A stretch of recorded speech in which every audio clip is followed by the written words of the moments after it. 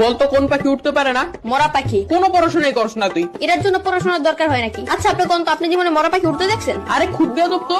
এই তোর নাম কি? কত গুরানকে মরা পাখি উঠতে পারে? এই তুই থাকুস কই? আমার বাসায় থাকি। বদমাইশ, তোর বাসা কই এটা জিজ্ঞাসি। না আপনি জিজ্ঞেসেন আমি কই থাকি। আজব তো, এবার কত তোর বাসা কই? আরে আমি যেখানে থাকি ওই জায়গায় আমার বাসা। তোর কিন্তু আমি মাইর দিমু। পড়া তো পারস না, আবার তেরামি করস। কেন কোন পড়া পারি নাই আমি? ওই দিন তোর একটা অঙ্ক জিজ্ঞাসিলাম, পারস নাই। কোন অঙ্ক পারি নাই? ধরেন এখন ধর তোর কাছে 20 টাকা আছে, তুই 10 টাকা তোর বন্ধুরে দিলি, তোর কাছে কয় টাকা থাকে? আপনি অঙ্ক বাদ দেন, আমি কে তুই বললো যে 10 টাকা দিয়া দিমু? এই যে কোথায় কোথায় বেয়াদবি করস, এত সহজ অঙ্ক ধরলাম তাও পারস না। কি পড়স তুই? শার্ট পরি, প্যান্ট পরি, গেঞ্জি পরি, জুতা পরি। ওই স্যার করতে হইব না, মাথায় জ্ঞান বুদ্ধি বলতে কিছু নাই তোর। আপনার চেয়ে বেশি আছে। আবার তেরামি করস। তার আমি কি? আপনি আমার বুদ্ধি পরীক্ষা করে দেখেন। তাইলে ক, সমুদ্রের মাঝখানে একটা লেবু গাছ থাকলে তুই লেবু কেমনে আনবি? বাজার থেকে কিনে আনবো। আর আমি বুঝাইতে চাইতেছি যে ওই গাছ থেকে লেবু কেমনে আনবি। ডানা দিয়ে উইরা উইরা। তোর তো ডানাই নাই, ডানা কি তোর বাপে লাগাইবো? সমুদ্রের মাঝখানে লেবু গাছকে তোর বাপে লাগাইবো?